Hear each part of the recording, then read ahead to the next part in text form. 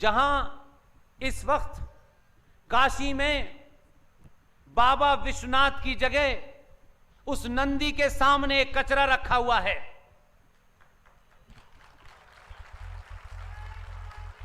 विष्णु शंकर जैन ने कहा कि ये जो मस्जिद नुमा ढांचा बना हुआ है, इसके एक हिस्से में गौरी श्रृंगार की पूजा होती थी, मां गौरी श्रृंगार।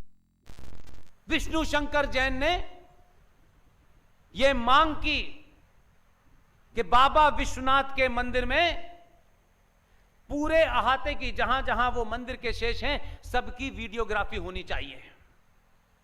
इसलिए मांग वो करिए जो हमारे जाने के 1000 साल तक कम से कम जिंदा रहे। हमारी गली इधर से निकाल दो, हमारी सड़क बना दो, हमसे जीएसटी कम कर दो, जब तक मानवता है दुनिया में ये महंगाई घाट सब चलता रहेगा। ये कभी भी स्थिर होने वाला नहीं है। इसलिए 100 रुपए पेट्रोल हो गया है तो आपको दिक्कत, प्याज बढ़ जाए तो आप दिल्ली की सरकार गिरा दें। अरे कुछ दिन पेट्रोल के बगैर भी रह लीजिए, कोई फर्क नहीं पड़ने वाला। अगर ये राष्ट्र बच गया तो पेट्रोल फिर वहीं पहुंच जाएगा। घरों में भी समस्या होती है, कभी कभी घर के अंदर ऐसे हालात हो जाते हैं कि बहुत अच्छी सब्जी नहीं बनती भाई, तो क्या घर तोड़ देते हैं? क्या मां बाप को समाप्त कर देते हैं कि आज अच्छा खाना नहीं बना है, आज हमारे घर में बड़ी कार नहीं है, तो घर में आग लगा देते हैं क्या?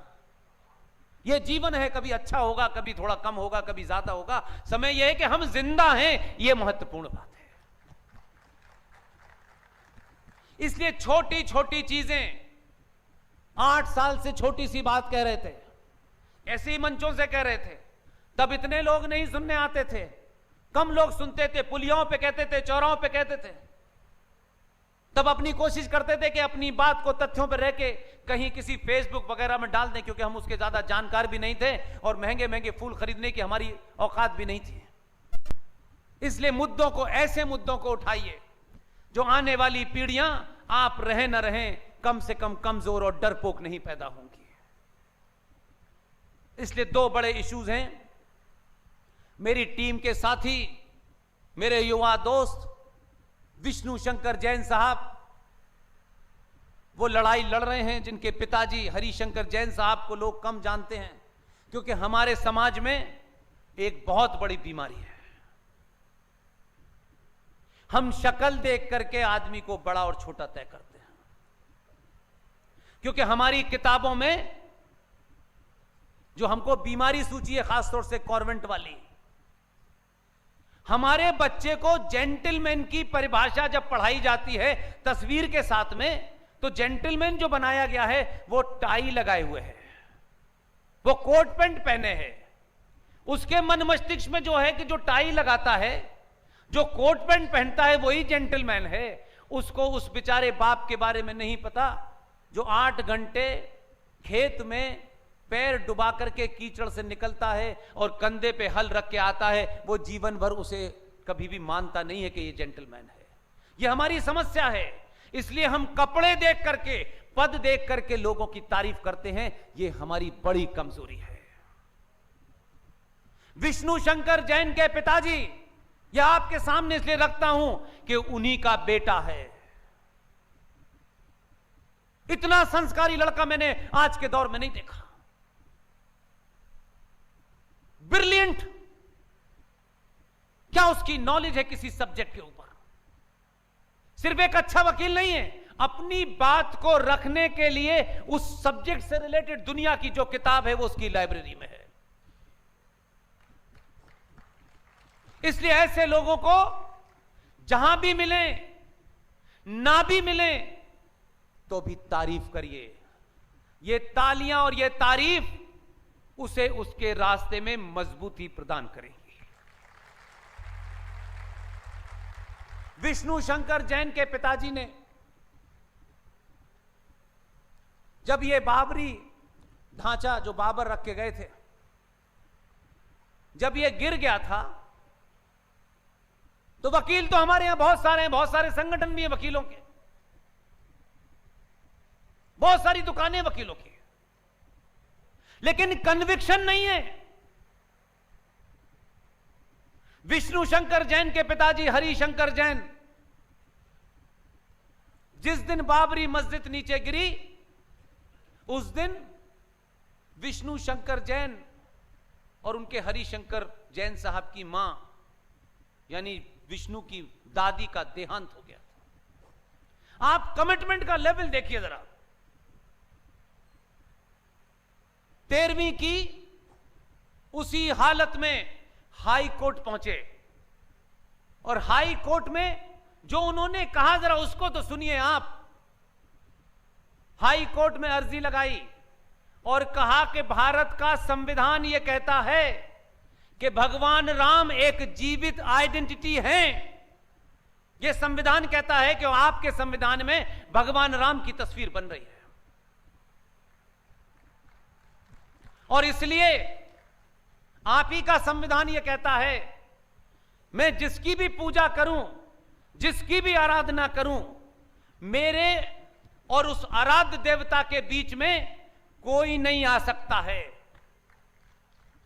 अगर भगवान राम की उस जगह जहां वो बाबरी ढांचा था वहां काफी समय से लोग पूजा करने जाते थे, उसको किसने तोड़ा? नहीं तोड़ा। इसमें मेरा एजेंडा नहीं है।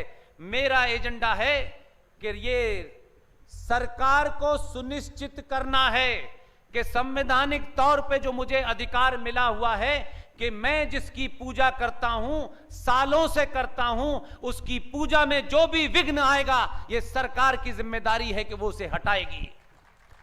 जज साहब के पास आर्गुमेंट नहीं था, एक ही लाइन में ऑर्डर किया कि ये जो भगवान राम का मंदिर था जिसे बाबरी मस्जिद थी वो ढहा दी गई है तो मंदिर के ऊपर पूजा नहीं कर सकते हैं। तत्काल आप सबको पता होगा एक ऑर्डर आया, उनकी पिटीशन पे आया जिसकी मां 13 दिन पहले मरी हो। उसका कन्विक्शन देखिए, उसने जब हाई कोर्ट में कहा तो हाई कोर्ट ने 24 घंटे के ऊपर राज्य सरकार को यह आदेश दिया कि भगवान राम को कहीं भी स्थापित करो, चाहे टेंट में स्थापित करो, यह पूजा निरंतर जारी रहनी चाहिए। तब आप पूजा कर पा रहे थे, तब टेंट में पूजा इसलिए हो रही थी। उनके बेटे ने बड़ा काम किया है। अभी 15 दिन के अंदर की बात है, सिर्फ 15 दिन की बात है। इसलिए मैंने आपसे आते ही कहा भगवान राम, जय जय श्री राम, वहां तो जो होना था हो गया। हर हर महादेव कहने से आप जितनी बार कहेंगे, जो मैं आपको घटना बताने जा रहा हूं अब तो वो सार्वजनिक है, 15 दिन पुरानी है। आपको पता होता तो आपको ये लगता कि आपकी हर हर महादेव की पुकार जो है बहुत दूर तक पहुंच रही है। विष्णु शंकर जैन जहां इस वक्त काशी में बाबा विश्वनाथ की जगह उस नंदी के सामने एक कचरा रखा हुआ है,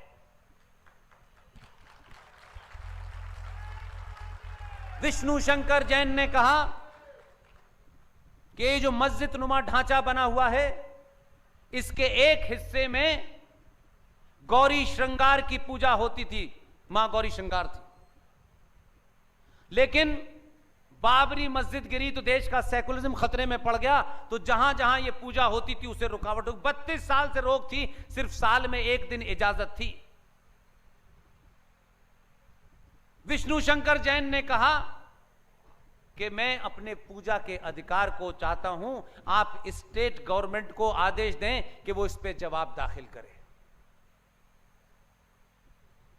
उसने पिटीशन डाली, कोर्ट ने ऑर्डर दिया, सरकार को नोटिस पकड़ाया। सरकार को तो नोटिस वो पहले भी पकड़ाती थी जब भगवान कृष्ण के वंशज सत्ता में थे। इतना ही फर्क है, जैसे ही नोटिस पकड़ाया गया आपके मुख्यमंत्री के ऑफिस पहुंचा, उन्होंने कहा नोटिस क्या है? कि नोटिस यह है कि कोर्ट ने जवाब मांगा है कि श्रृंगार गौरी के दर्शन जो 32 साल पहले जिस पर रोक लगा दी गई थी कि साल में एक ही दिन खुलेगा, ये खुलना चाहिए। उसने नोटिस मंगाया, पढ़ा, फाड़ के डिब्बे में फेंक दिया और कहा कि इस नोटिस का जवाब क्या देना है? कल ही ऑर्डर कर दो कि श्रृंगार गौरी 24 घंटे खुलेगी, 365 दिन खुलेगी।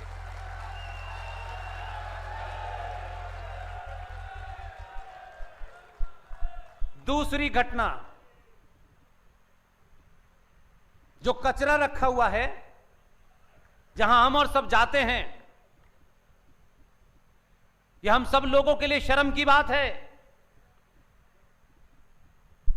हम लोग बड़े धार्मिक लोग हैं, आस्थावान लोग हैं। कितनी बार आप बनारस गए होंगे। मेरा जन्म तो इत्तेफाक से वहां हुआ जहां 5 वक्त पढ़ता था मैं। खूब पढ़ाई है मैंने उन्हें, लेकिन फिर भी मैं जो देखता हूं आप क्यों नहीं देखते हैं। हजारों लोग हजारों बार पूरे देश से बाबा विश्वनाथ के दर्शन करने जाते हैं। हमारे आस्थाओं के हिसाब से जहां जहां शिव का मंदिर है उसके सामने नंदी होता है, तभी वो मंदिर पूर्ण होता है। नंदी इधर हो और शिव जी इधर हो, ऐसा नहीं होता है। हम कैसे लोग हैं, बाबा विश्वनाथ के मंदिर पे जाते हैं, उनसे कुछ ना कुछ मांगते हैं, लेकिन 5 मिनट खड़े होइएगा, कल जाइएगा, परसों जाइएगा, मैं फिर 11 तारीख को जा रहा हूं। आप उस नंदी की आंखों में उस श्रद्धा भाव से देखेंगे। मैं बता रहा हूं, जिस आदमी ने 22 साल तक कोई मस्जिद मंदिर नहीं देखा हो, वो उस आदमी की बात बता रहा हूं मैं आपको। आप खड़े हो और पास खड़े हो उस नंदी के, 5 मिनट तक आप उसकी आंखों में देखिए, आपको अपने होने पे शर्म आने लगेगी। उस नंदी का कसूर नहीं है, उस नंदी की पूजा करने वालों का कसूर है कि उसके सामने कचरा रख दिया है और हम शिव जी पे कहीं और दूध चढ़ा के चले आते हैं और मानते हैं कि हमारी मांग पूरी हो जाए। नहीं होगी, बिल्कुल नहीं होगी। विष्णु शंकर जैन ने वही काम किया जो अयोध्या में राम मंदिर के सुनवाई से पहले हुआ था। आपको समझ में आ जाएगा कि यह बात जा किधर रही है। उस वक्त भी कोर्ट ने एक ऑर्डर दिया कि अयोध्या की पूरी वीडियोग्राफी कराई जाए, कहां कहां क्या क्या है वो हुई, और वो कोर्ट के पास है। आप में से सबको यह बात नहीं पता होगी कि जब राम मंदिर की सुनवाई अभी जब हो रही थी, जब जज साहब कह रहे थे मैं 40 दिन में ही फैसला दूंगा, जब सुनवाई हो रही थी, उस वीडियोग्राफी को कोर्ट में देखा गया। विष्णु शंकर जैन ने यह मांग की कि बाबा विश्वनाथ के मंदिर में पूरे अहाते की, जहां जहां वो मंदिर के शेष हैं, सबकी वीडियोग्राफी होनी चाहिए।